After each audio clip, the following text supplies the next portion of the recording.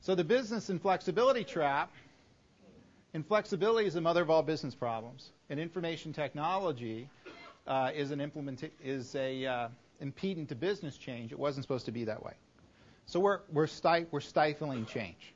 Generally speaking, you may come up to me and say, well, I'm not stifling change. You may have a great architecture. I totally will agree with you that this is not a complete problem, but typically it is within your organization. You're stifling the business's ability to change. And you go to CEO conferences, and I was a CEO for 2 years. You start talking to those guys, they don't like you guys very much. They think you guys are just planning right now to build more complex stuff that can't change, okay, and make actually things worse. And we do. In fact, some people who take a tactical look at SOA and want to run out there and buy an ESB or buy an app server or buy a governance solution, just bolt that on to the mess you just saw previously, are actually making things worse, not better, because we're making the architecture more complex.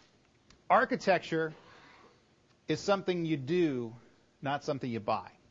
Architecture is hard. It takes a lot of planning and a lot of work to get it right, and it takes a lot of money, it takes a lot of talent, and it takes a lot of time. Okay, I know people don't want to hear that, but that's what it takes. If you want to fix that problem, there's no magic bullet. That's the way you have to make it work. That's reality. Real world, right? So business agility is something companies are looking for. Respond quickly to change and leverage and change in a competitive advantage.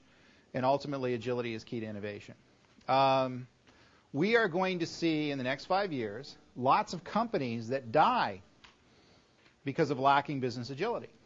They go, well, they lose market share, lose market share, lose market share. Eventually, they're sold.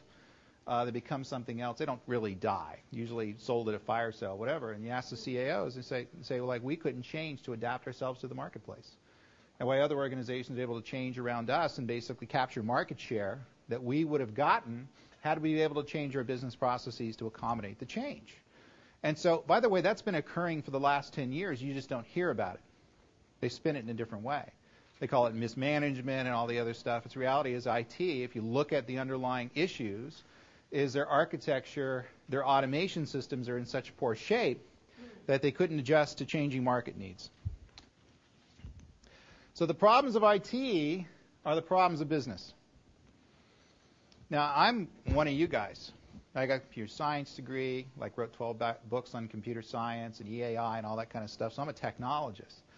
But let me tell you, we are causing a lot of issues within lots of organizations today. We've got to get better at what we're looking to do, or else we're not going to ultimately provide value to our business. That's just the plain shame and reality of it going forward. So it's you that ultimately needs to figure out how you can make things work within your organization. Okay, it's not hype, and it's not a lot of magic bullets. And I wish I could tell you could bolt something on. It's something that you have to find within yourself to make happen at an architectural level. So if you're in a hole, stop digging. Yeah, I can't stress that enough. Okay, typically I go to a client site. They're talking about this big mess that they have, and they show me these dysfunctional architectural charts, and then they're selling me on the fact they're going to bolt 3 more things on. Okay, and it's a data warehouse on, and we got all this other stuff, and it's usually managed by magazine stuff. And he says, Dave, you wrote an article on an ESB. We need one of those. You guys know what it is? No, but we know we need it. Okay. So IT decisions making a fatal flaw. Choices between take some extra time and money to do it right versus give me what I want at the cheapest, fastest way. Guess which wins? And it's always cheapest and fastest. And by the way, the point was made this morning by another presenter. I wasn't in there. I just heard about it. That Europeans are kind of jumping this. That's because their cultures are different. Okay, they're more inclined to do things the right way and take the time. Versus a very American culture, we got to make our quarter. I mean, everything is in 4-month, 3-month increments. That's how we think. Okay, we do tactical projects around that sort of stuff, trying to get new marketplaces, things like that. Make things worse, make things worse, make things worse. Ultimately, that's going to dig your hole, and it's going to be very difficult for you to dig out of it. And repeated enough times leads to the IC rat's nest. And what is this? Someone want to lay claim to that? And this is a typical, this is real. We didn't make this up. Draw this together. This is a bank. You can tell it's in banking process. And so they end up with all these disjointed systems that are tightly coupled together, and basically any of these things changes and it comes down like a house of cards. This thing required that no less than a dozen people carry pagers to make sure that the batch transfer is occurring between systems if they ever have been, that someone can dial in at 2 a.m. and resubmit them. There's no real-time integration of information. And lo and behold, the reason we got in on this is nothing was changing.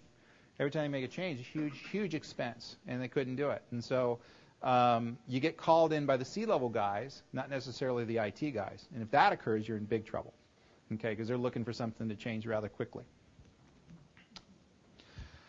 So what are the 5 things to avoid? Well, number 1 is using the wrong people. Number 2, selecting the technology too early, not considering service design, not factoring in the business. You can read these yourself. We'll go through them, each of them in detail. We love our families within our organizations. We love our IT guys, and many times when I talk to people, is Charlie the right guy to do this? Yeah, Charlie's been working with us for years. He's a good old guy. He's been. And reality is that the talent within a lot of these organizations are so far, what's the word I'm looking for? Be politically correct. Not good, okay? Mm-hmm. Where they're the wrong people to be on the projects, and people insist on using these people that are usually developers and things like that. They don't think like architects. They're never going to think like architects. They may be great developers, great managers. They have other roles in the organization, but you need architects to drive this stuff, and they have to have some talent. So it's an architecture, not development. It's strategic, not tactical. You need people who can think like that. Use mentors. If you want to use consultants, that's fine. Just make sure you don't get into the old, the rabbit consulting. You ever get one of those? You get, suddenly 2 guys from Accenture show up, and now they're 4, and now they're 6, and now they're 8, and now they're 12. And, yeah.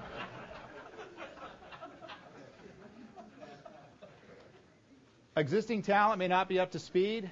You may love your current team, but perhaps they're not up for the job. And you got to make some tough choices there. If this is something you're going to bet the business on, do you want the second team in there, the third team in there, or you want the first team in there to drive it? You may have to go out and find some people and pay lots of money for people like that. Architects are tough to come by, good ones, okay, and they make a lot of bread. Make the cuts now, not later, and don't let the consultant vendors drive your project. There's something we'll talk about later. It's called VDA, vendor-driven architecture. Or consultants who drive your architecture and go in there and leave. And also consultants have a nasty habit of bringing in very heavy hitter guys, to sell the project, and suddenly you'll never see those guys again, and suddenly you're looking at an 18-year-old with a SOA book that they read on the plane. So you have to be very careful. I kid the consultants because they know I'm right. Selecting the technology too early. This is the biggest mistake people make. Par none. I get called in an organization, hey, look, we just got this ESB. What do we do with it? Okay? Well, what are your requirements? What are your problems are you trying to solve? Service-oriented architecture is something that you do, not something you buy. Even though we love, and we're enamored with technology, we like to deal with, play with new stuff and see what kind of problems it's able to solve. There'll be an opportunity along the life cycle, and I'll show you the service-oriented life cycle toward the end of the presentation. In other words, I'm going to tell you what to actually do, okay, not just what the problems are, where you can go out and test, procure, and buy technology. And you can scratch that itch, but you do not scratch that itch initially, okay? Lots of times I'm dealing with very limiting things where they've already spent $1 million on something, and they are trying to figure out how it's working, and they're panicking because they don't want to go to their boss and say we bought the wrong stuff.